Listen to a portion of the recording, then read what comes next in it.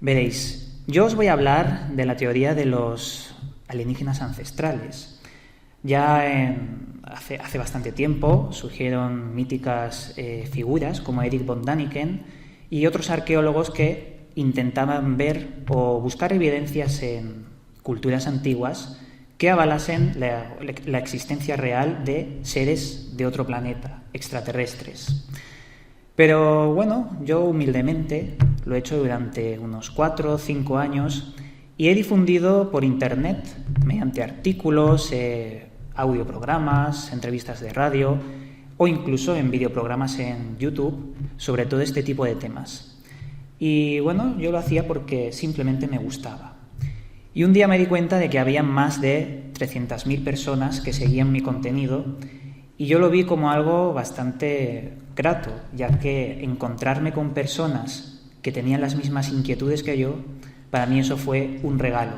Fue un regalo porque me hizo pensar que a lo mejor no estoy tan loco como parece. Y yo creo que ahí reside el gran enigma de los misterios, el ver que hay gente que cada vez está más interesada por estos temas. Pasa la diapositiva, por favor. Veréis, yo os voy a proponer una temática que va a ir creciendo en intensidad. Y lo he hecho así porque sé que hay muchos neófitos sobre este tipo de temas del misterio y conocen algunos misterios clásicos, como por ejemplo las Islas de Pascua y demás.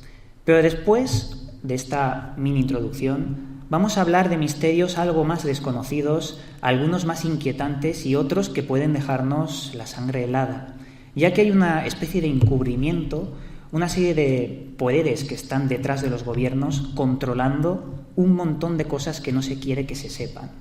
Y son cosas que pueden incluso alterar nuestro sistema económico, la religión, el poder. Por eso yo creo que intentar explicar estos temas desde una perspectiva, primero con algo más conocido y después con lo desconocido, creo que es el factor correcto. Siguiente, por favor. Veréis, este es uno de los misterios que más me han fascinado de todos los que he podido encontrar en la antigüedad. Las ruinas de Pumapunku. Estas ruinas se encuentran en Bolivia y lo que existe allí ahora mismo son unos bloques inmensos de más de 100 toneladas y 8 metros de altura. Estos bloques, cualquiera puede pensar, en la antigüedad se hacían un montón de construcciones y es normal que existan. Pero más allá de intentar comprender cómo hicieron las pirámides, hay misterios como este que son incluso el doble o el triple de inquietantes o difíciles de explicar y que poca gente conoce. Las ruinas de Pumapunku tienen una antigüedad oficial de aproximadamente unos 4.000 años, pero lo más llamativo de este misterio es ver cómo allí existen bloques en forma de H y son milimétricos. Es decir, parece que han sido tallados con una tecnología láser que hoy en día incluso sería difícil de replicar. Siguiente, por favor. Tenemos ahí uno de los fragmentos de estas ruinas, en el que parece que un taladro ha fracturado la roca de forma milimétrica. Hace 4.000 años, que yo sepa, no existían los taladros. La ciencia oficial ha certificado que, en esa época se podían emplear técnicas, pero esas técnicas nunca podrían llegar a la precisión de las ruinas de Pumapunku. Siguiente, por favor. Tenemos un plano de los descubrimientos que se hicieron allí. Exactamente son piezas que encajan una encima de otra. Algunos han teorizado que podrían formar una estructura, una especie de fábrica o incluso una enorme puerta. Una puerta que no se sabe por qué la construyeron, pero algunos dicen que podría incluso tener propiedades esotéricas y extrañas de las que luego hablaremos. Lo que quiero indicar con esta imagen es la perfección milimétrica y la obra de ingeniería que se hizo hace 4.000 años, algo que hoy en día no se puede explicar y que se aleja algo de de la mítica pirámide que, la tomamos como referencia siempre de la construcción más imposible, pero en realidad hay otras como esta que son incluso más imposibles. Siguiente, por favor. tenemos una reconstrucción hipotética de lo que formaban estas misteriosas ruinas. Hay que decir que la cantera más cercana está a unos 100-123 kilómetros de cerca, o de lejos, mejor dicho, ya que no se sabe cómo pudieron arrastrar esos bloques de más de 100 toneladas más de 100 kilómetros. ¿Qué tecnología utilizaron para poder hacer esto? Se dice, los lugareños de la zona, allí en Bolivia, que los dioses que descendieron de las estrellas utilizaban una especie de aparato para desmenuzar la tierra y formar con barro en el aire estas construcciones. Obviamente esto no es lo que pasó, pero es ese inconsciente colectivo que tienen todas estas culturas antiguas y que repite muchos patrones. Patrones como, por ejemplo, la serpiente, los dioses de las estrellas, la numerología. Son patrones que a lo largo del tiempo y en el espacio se repiten constantemente. Y eso también, luego hablaremos de ello, pero nos indica que hay un patrón de algo que vieron y tuvieron muchas interpretaciones sobre ello. Siguiente, por favor. Tenemos otro plano de lo que podría haber sido, una ciudad que está muy cerca a Pumapunku, que se llama Tiahuanaco. En este templo fue construido en honor a los dioses. Allí los dioses que descendieron de las estrellas eran representados y sobre todo hay un mural, siguiente por favor, que vamos a ver ahora mismo, en el que, antes de eso vamos a hablar de esta puerta, ya que hay algunos teóricos que ven en esta puerta un mito que hace referencia a lo que se comentaba de la Puerta del Sol. Es decir, se dice que esta puerta era el único método para conectar entre los dioses que descendían de las estrellas con el hombre. Y dicen algunos teóricos que podría ser una puerta interdimensional. Yo no lo sé. Yo lo que me baso son en pruebas. Pero también me baso en intentar comunicar qué es lo que se comenta sobre estos misterios. Siguiente, por favor. Esto es muy interesante. Y la verdad descoloca a un montón de arqueólogos y historiadores sobre este complejo. Como antes os estaba comentando, y me he quedado a medias, cerca de Pumapunku está el templo de Tiahuanaco. Allí se representaron todas las razas que existieron antes en la Tierra y se representaron creando una cabeza de cada raza y poniéndola en un mural. Todas tienen rasgos propios de la raza de aquellas razas.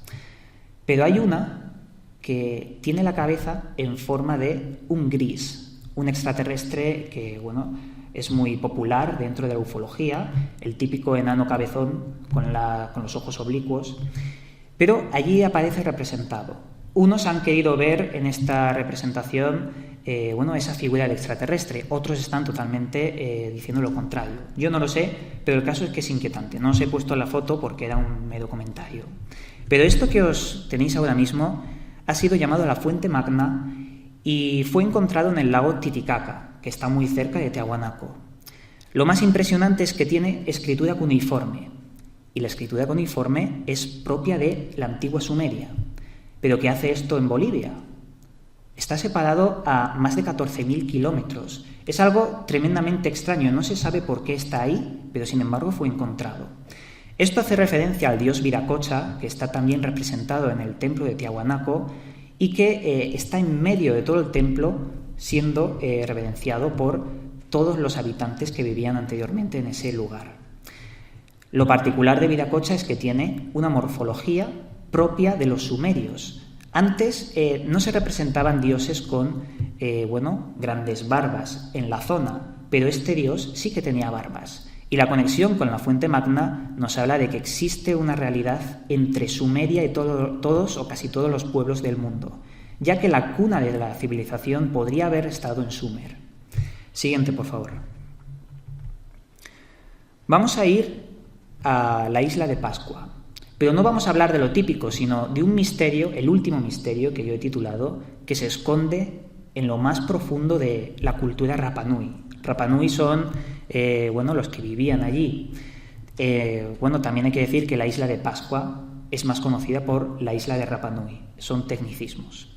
Pero tenemos que hablar que es una isla de 160 kilómetros cuadrados en la que existen 900 moais de unas 250 toneladas y 20 metros. La leyenda nos habla de un dios llamado Makemake que, fruto por su ira, destruyó una gran isla o continente, algunos lo llaman así, un continente que se llamaba el continente perdido de Hiva. Hiva cayó bajo las aguas, pero antes el rey de la isla de Hiva mandó a 7 hijos suyos a buscar y colonizar otros lugares y encontraron las ruinas, la isla de Rapa Nui. Eso es lo que dice la leyenda, pero siguiente, por favor. También podemos ver que allí existen actualmente una serie de estatuas moais que están mirando hacia el mar. Y concretamente hay una zona de la isla de Pascua que hay 7 moais, representando a los 7 hijos de esta leyenda. Pero está toda plagada de moais. Sobre todo, Barry Fell es un profesor de la Universidad de Harvard que, estudiando la posibilidad de que los egipcios pudieran haber dejado su esencia en la isla, nos hablaba del faraón Ptolomeo III, que pensaba que la Tierra era esférica hace concretamente unos 3.000, 4.000 años, o incluso se dice que más por los registros astroarqueológicos, y que se dice que el faraón Ptolomeo III llegó a la isla, la colonizó y construyó estas cosas. Pero yo no estoy de acuerdo con este hombre, pero el caso es que tiene una investigación muy importante al respecto. Y luego hubo otro investigador, un ufólogo muy famoso, Antonio Rivera, que también aportó datos sobre la existencia o la marca de los egipcios en los moais. Y para eso, siguiente por favor, se fijó en una cantera que está allí en la isla de Pascua, la cantera que se llama Rano Raraku, en la que aparecen un montón de moais a medio hacer, semienterrados. Es como que de ahí surgieron todos los moais. Claro, hay moais hechos de traquita. Esto es un mineral tremendamente duro que solo con diamante o sucedáneos se puede moldear de una forma bastante precisa, ya que estos moais tienen también una especie de peana donde están puestos algunos, no todos, y ahí no cabe ni un alfiler, tampoco cabe ni una carta. Pero allí, en esta cantera, la leyenda decía que los dioses utilizaban el maná, una especie de éter, una energía sutil que estaría en el ambiente, para sacar del volcán un bloque y dejando un cordón umbilical de tierra o de piedra conectándose con la tierra. Luego bajaban cantera abajo estos bloques y allí los terminaban moldeándolos. Claro, si veis imágenes de esta cantera, es tremendamente irregular. No se sabe cómo pudieron deslizar estos bloques sin romperlos y sin dejar marcas. Es otro misterio. Siguiente, por favor. Esto es un mito. Es cierto que son cabezas enterradas y luego tienen cuerpos, pero es un mito decir que recientemente se descubrió. Eso es falso. En el principio de los tiempos que se estudió la isla de Pascua se sabía que tenían otro cuerpo. Es una noticia medio viral que ha surcado por internet, llevándose la exclusiva en diferentes periódicos, pero el cierto, la verdad es que esto ya se conocía desde el principio. Y es lógico, si grupos de arqueólogos van a la isla a investigar esto, lo menos que pueden hacer es intentar desenterrar un poco, a ver qué hay. Pero esto le da más misterio al asunto. ¿Cómo pueden ser tan grandes estas cosas? ¿Cómo los han construido con la tecnología de hace tanto tiempo? Siguiente, por favor. Y este es el último misterio de la isla de Pascua, algo menos conocido pero también muy interesante. Las tablas Rongo Rongo. Rongo Rongo sería un dialecto de los Rapa Nui, un dialecto muy antiguo y que todavía no ha sido descifrado. Los Rapa Nui dicen que aquí se esconden los secretos de la isla de Hiva, la tecnología para poder crear estos moais. Sin embargo, ahora mismo hay unas 17 tablillas que están distribuidas por todos los museos del mundo, concretamente en el British Museum de Londres. Y son muchos los estudiosos que intentan descifrar este códex y aún no lo han conseguido. Este sería uno de los misterios de la isla de Pascua, uno de los últimos misterios. Como anécdota adicional hay que decir que allí también hay una especie de oráculo y a su alrededor hay una serie de piedras que están marcando estrellas muy específicas del cinturón de Orión. Eso tampoco se comenta de la isla de Pascua, pero también indica que tenían una ciencia y una astronomía muy desarrollada. Siguiente, por favor. Vamos a cambiar un poco la perspectiva de dónde podríamos encontrar seres extraterrestres en la antigüedad. Y esta es muy interesante porque encierra una tremenda conspiración y asesinatos que poca gente ha comentado. Os voy a hablar de la cueva secreta de los Tallos. Es una cueva que está en la selva del Cóndor, en Ecuador, y tiene una profundidad de 63 metros la entrada. Luego tiene una extensa red de túneles de 17 kilómetros, de los cuales 5 aún no han sido investigados. Aunque esto de los 5 que aún no han sido investigados se decía hace unas cuantas décadas. Obviamente hoy en día los habrán investigado. Siguiente, por favor. ¿Qué misterio encierra la cueva de los Tallos? El misterio comienza en 1964 con el capitán Jaramillo. Este fue un hombre que, motivado por las habladurías y los rumores de los lugareños de la zona, se adentró en esta misteriosa cueva y encontró algo sorprendente. Encontró una serie de tablillas, algunos dicen que fueron de oro, otros de metal, y que en estas se veían a dinosaurios conviviendo con seres humanos, cuando la ciencia oficial nos ha dicho que es imposible que hayan convivido en espacio y tiempo. Estas tablillas mostraban la historia del ser humano, mostraban qué es lo que había pasado desde el principio de los tiempos hasta hoy en día. Pero os debo decir que esto, claro, es una especulación de lo que se cuenta. No se sabe a ciencia cierta si esto fue así. El caso es que hubo, siguiente por favor, una segunda expedición hecha por el capitán Moritz, que lo que hizo fue una cosa muy importante, que me parece una prueba científica sobre los hallazgos. Lo que hizo fue llamar a un notario y testificar ante notario lo que habían visto. Y este documento se puede encontrar por internet, ya que es de dominio público. Lo que habían visto eran esta serie de tablillas imposibles para la ciencia. Una anécdota curiosa es que esa es la puerta, es la entrada de la cueva de los Tallos, y también parece haber sido hecha con una tecnología algo extraña para el tiempo datado de esta cueva. Incluso tiene inscripciones sumerias. Ya estamos entrando otra vez en esas curiosidades extrañas de la huella de los sumerios en diferentes partes del mundo. Siguiente, por favor. Erich von Däniken fue uno de los que investigaron a fondo este tema, aunque hay algunos que dicen que llegaba al lugar, pero antes se emborrachaba en el hotel. Aunque eso, como no lo sabemos a ciencia cierta, solo lo indico para decir que hay muchos rumores por internet y hay que barajarlos todos. El señor Erich von Däniken dejó en su libro El oro de los dioses una anécdota bastante interesante sobre el padre Carlos Crespi.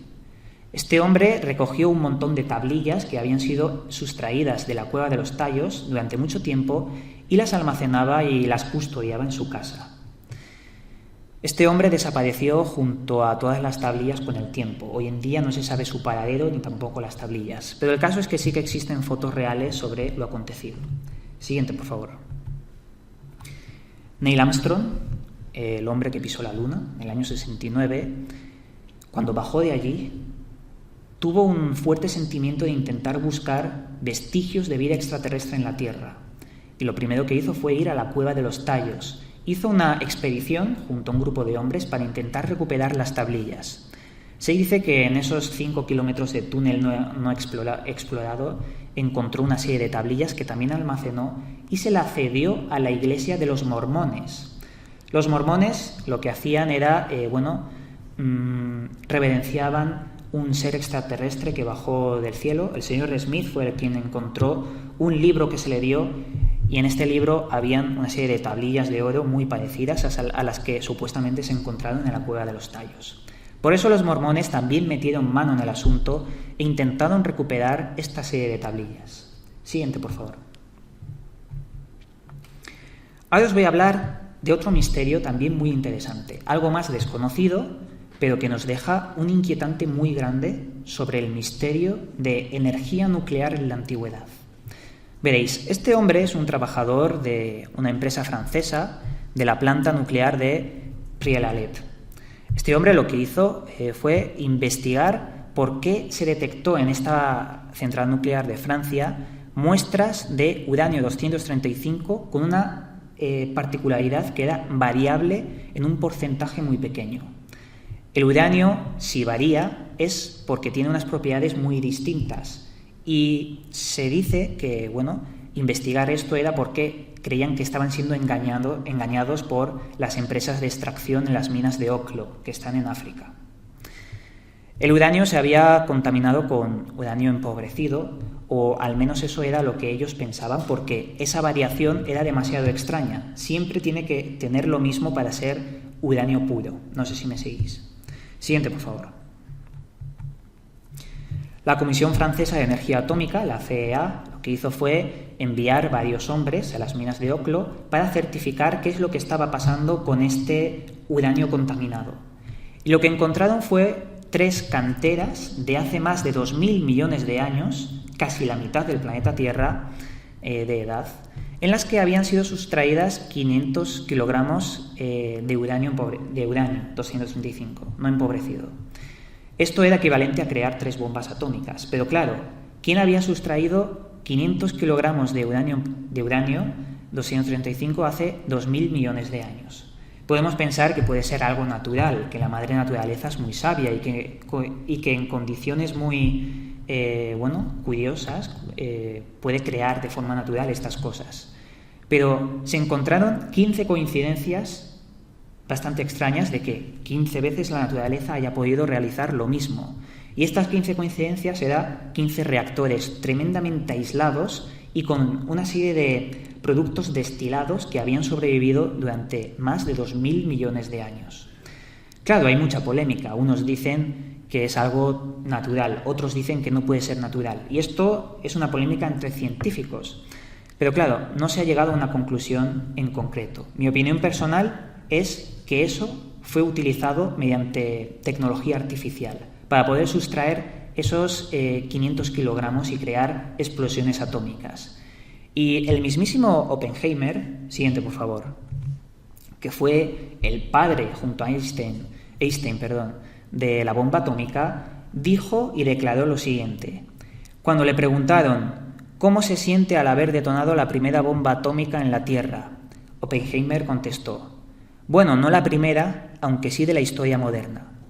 Oppenheimer era un fanático de las lecturas más antiguas del mundo en la cultura hindú, el Rig Veda, el Mahabharata, el Ramayana, y allí se relatan de forma muy precisa, con muchos detalles, cómo una serie de aparatos llamados vimanas, de los que luego hablaremos, lanzaron varias bombas nucleares o armamento nuclear y describen muy bien cómo a la gente se le caía la carne, cómo incluso en otros textos la radiactividad envenenaba los ríos, los peces se morían, en fin. Existe una probabilidad de que si de verdad existieran seres extraterrestres que nos visitaron en la antigüedad, hubieran detonado esta serie de bombas nucleares. Incluso se han podido medir con medidores Geiger de radiactividad.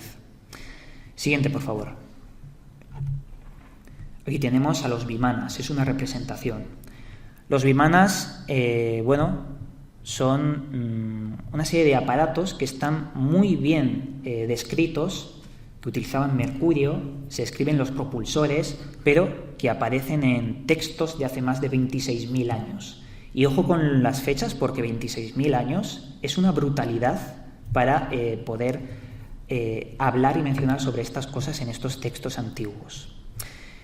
Los textos son tremendamente llenos de detalles. Se habla más de 113 subclases de aparatos de este tipo, se hablan de un montón de clases principales, y la verdad es que todavía sigue siendo un misterio y un símil muy comparable con ovnis, los ovnis modernos. Siguiente, por favor. Tenemos una representación de estos objetos, estos vimanas, en los que utilizan un montón de mecánicas que se parecen mucho a propulsores. Según las leyendas, en tiempos antiguos los vimanas hicieron una guerra en el cielo en los que fuego y destrucción sembraron la tierra, de ahí las bombas nucleares y demás. Pero también nos dice los textos que habían tiempos de paz en los que los dioses bajaban con los vimanas y transportaban a gentes a otros lugares, a otros países. Y podría ser una especie de conexión entre el cambio de datos o cambio de culturas o la mezcla entre los sumerios en otros sitios. Siguiente, por favor. Este es uno de los misterios que más me ha fascinado y uno de los misterios que más he investigado por lo increíble que es averiguar sobre lo que hay dentro de estas esferas. Las esferas de Kersdorp, un misterio, como ya digo, fascinante. Fueron encontradas el 17 de marzo del año 77 en las minas de Kersdorp, en África. La leyenda decía que los africanos creían en unos dioses que lanzaban una serie de semillas para fertilizar los planetas o, lo contrario, para destruirlos. Y encontrarse una serie de estos objetos era siempre mal presagio. A lo largo de la historia de África se han encontrado muchas veces. Pero, ¿cuál es el misterio de estas esferas? ¿Qué es lo que las hace más importantes o más interesantes respecto a otros aparatos o arqueología? Pues bien, fueron encontrados en un estrato de tierra del Precámbrico, es decir, 2.800 millones de años, más de la mitad del planeta Tierra, de tiempo. Es decir, la ciencia no ha podido explicar esto. Es un OPART. Los OPARTs son objetos fuera del tiempo, porque la ciencia no puede darle una explicación para la época en la cual fueron encontrados. ¿Cómo es posible que tengamos algo artificial con un tiempo de más de 2.800 millones de años? Pues bueno, siguiente, por favor. Existen científicos que han investigado de forma totalmente correcta, con sus aparatos y demás, todo este tipo de esferas, que se encontraron más de 200 en ese estrato precámbrico.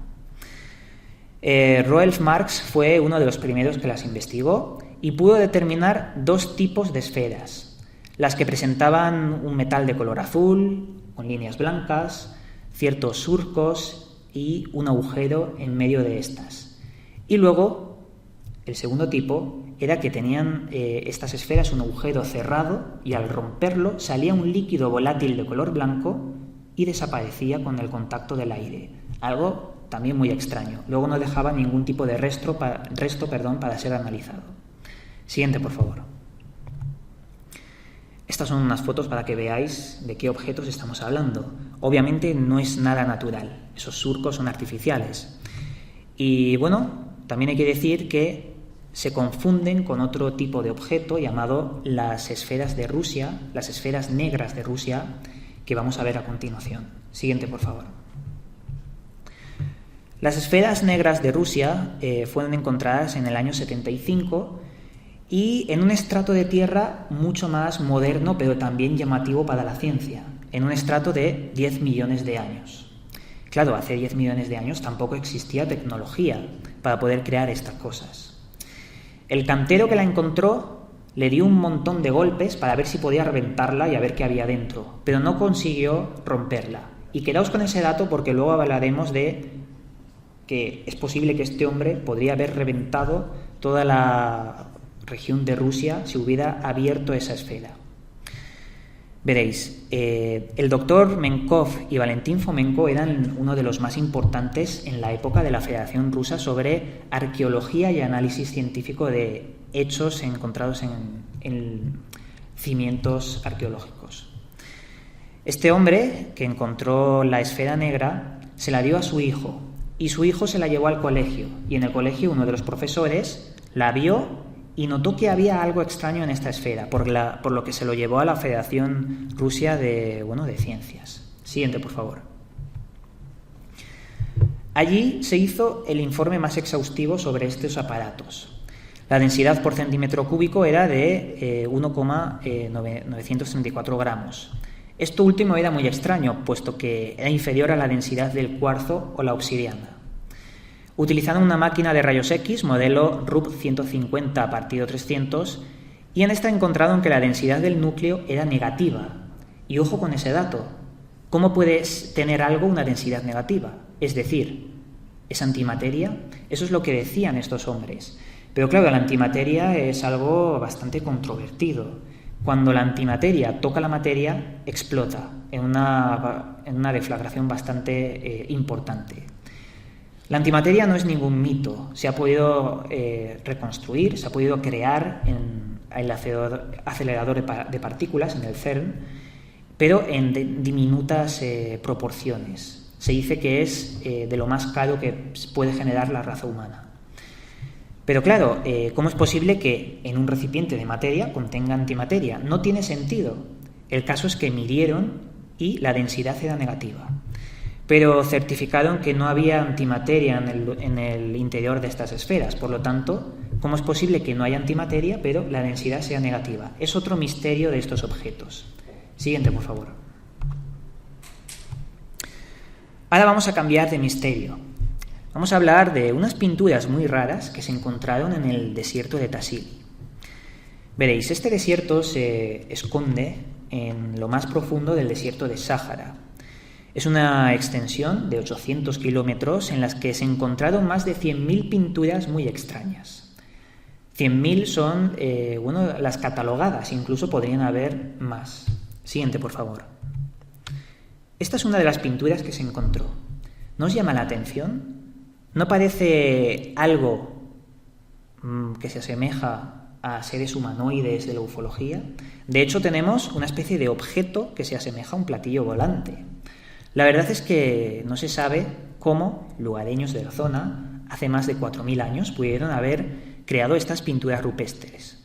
Incluso se ven unas líneas que son muy importantes de analizar, que son en realidad dobletes de la ropa que llevaban estos seres. Unos seres que yo presupongo que veían y por eso los representaban. También tiene una especie de obertura en la parte izquierda de la cabeza y que, podría ser una especie de altavoz, algo para absorber o transformar el oxígeno, no lo sé, esto es especulación mía. Pero el caso es que se asemeja a un ser de otro planeta. Siguiente, por favor. Aquí vemos un ser que tiene un cráneo dolicocéfalo. ¿Qué es un cráneo dolicocéfalo? Es, en primer lugar, una deformación del cráneo cuando nace una persona mediante tablillas y apretando muy fuerte el cráneo para que crezca hacia atrás.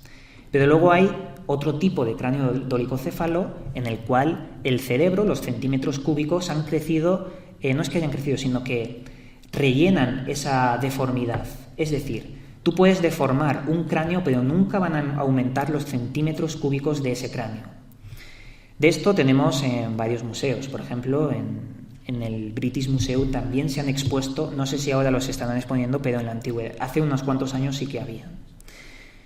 Es extraño también analizar las proporciones de este ser. Es un gigante respecto a los otros que se ven en la escena. Pero lo dejamos ahí como una marca de seres dolicocéfalos, que también es un patrón que se repite en un montón de culturas. Y esto lo hacían, la deformación con tablillas, para intentar parecerse a los dioses. Tenían una obsesión para parecerse a esos dioses que le dieron e infundieron de conocimiento. Siguiente, por favor. Otra representación de las pinturas de Tassili. En esta vemos a un ser que tiene una especie de escafandra que se diferencia mucho de los otros seres, que son seres humanos y se ven de forma flagrante, evidente. Vemos que uno está conectado a una esfera y intenta secuestrar a esa persona a la esfera. Para mí esto es una abducción. Para muchos, obviamente, será otra cosa. Incluso la arqueología oficial nunca te va a decir que es una abducción. Pero analizando otras pinturas, como la que hemos analizado, la primera, la del ovni, esa que parece ahí arriba, pues para mí me parece que todo encaja. Siguiente, por favor. Esta es otra pintura, pero no del desierto de Tassili. Nos vamos a Australia. Otra cultura, los Wanjinas, hicieron también representaciones de estos seres. Aquí vemos el típico ser enano cabezón, los grises, de los que yo llamo. Se ven esos ojos tan profundos que han descrito muchos supuestos abducidos, o esas visitas de dormitorio que tienen varias personas a lo largo del tiempo. Y también son bastante curiosas para analizar. Siguiente, por favor. Esto también es muy curioso, pertenece también a las pinturas de los Wanjinas. La representación de este ser es interesante porque lleva una toga, lleva guantes, lleva una especie de corona y una inscripción que todavía no se ha sabido qué es lo que pone en la inscripción de la corona. Pero parece un ser que lleva un traje espacial y podríamos decirlo perfectamente, porque lo que parece pueden ser muchas cosas, pero a mí me parece eso. Pero si vosotros ahora mismo tenéis un poquito más de imaginación, vamos a ver que esta figura se parece a otra cosa. Siguiente, por favor. Se parece algo a los santos de la Biblia. Esa aureola, esa pose, da a entender que hay una especie de, similitud.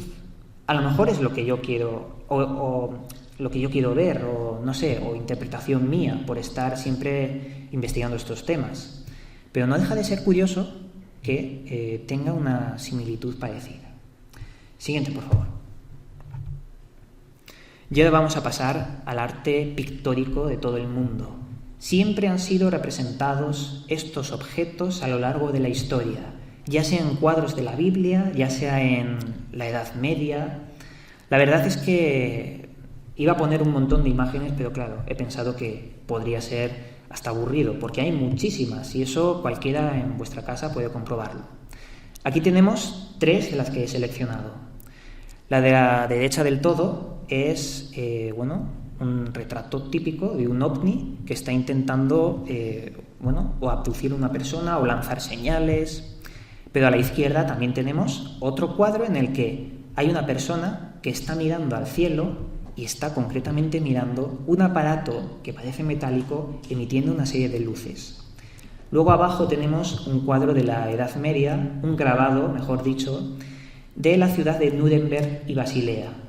Allí se despertaron una mañana del 1561, creo recordar, y vieron una batalla inmensa de objetos en forma de cilindro que expulsaban objetos en forma de esfera y una línea de color negro que se abrió en el cielo como una especie de portal, como podéis ver ahí, una flecha negra, por la que salían todos esos objetos.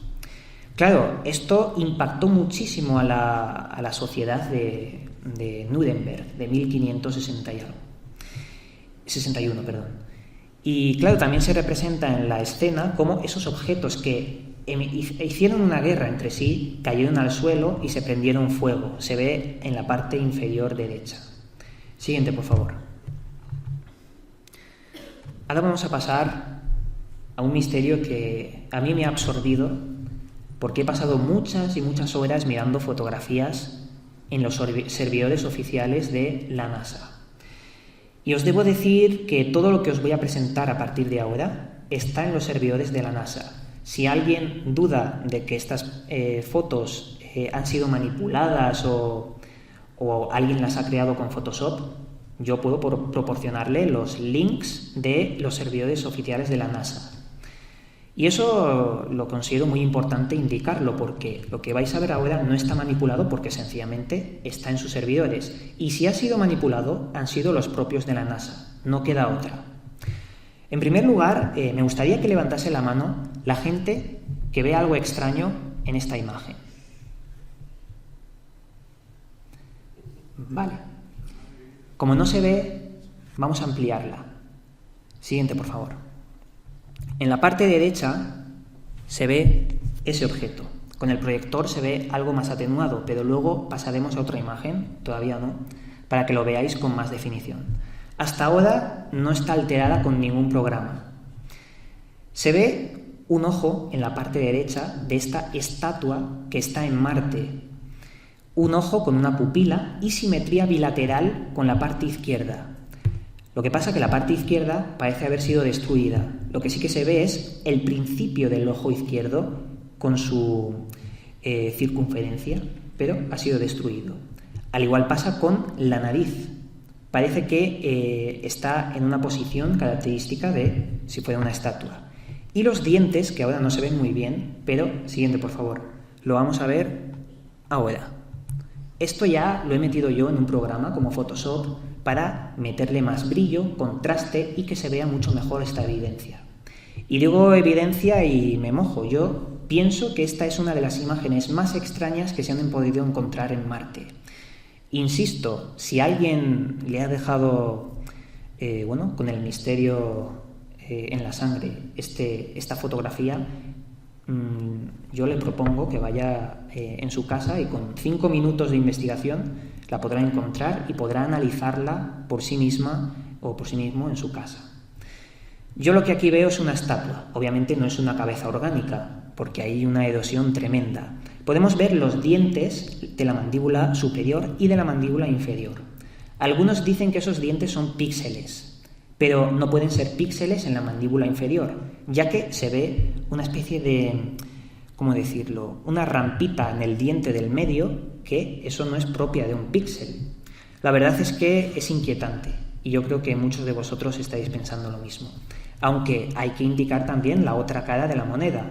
Puede ser una pareidolia, puede ser una piedra que nosotros le estemos dando un significado, porque la mente le gusta mucho intentar darle significado a formas. Por ejemplo, cuando vemos una nube intentamos ver pues dragones o cualquier tipo de cosa. Pero bueno, eso también es una explicación, aunque yo pienso que de pareidolia nada. Siguiente, por favor. Aquí si os digo, si veis algo raro, no vais a ver nada, porque es muy pequeñito.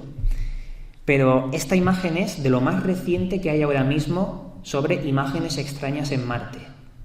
Y ahora lo vamos a ver más ampliado.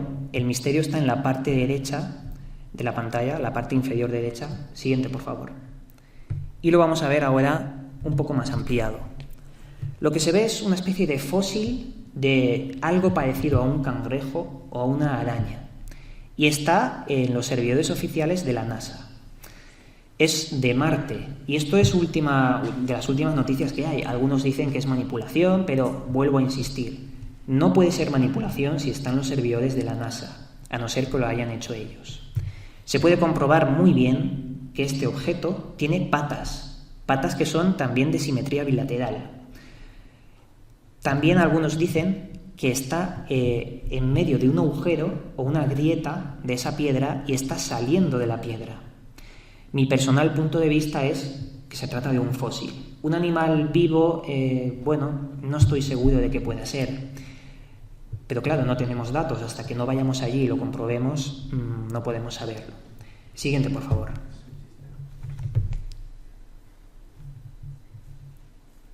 Vale, aquí tiene otro tipo de ampliación para que se vea mejor. Y bueno, es lo mismo. Siguiente, por favor. Esto es Marte. Y os debo decir que existen 2 tipos de cámaras puestas en Marte.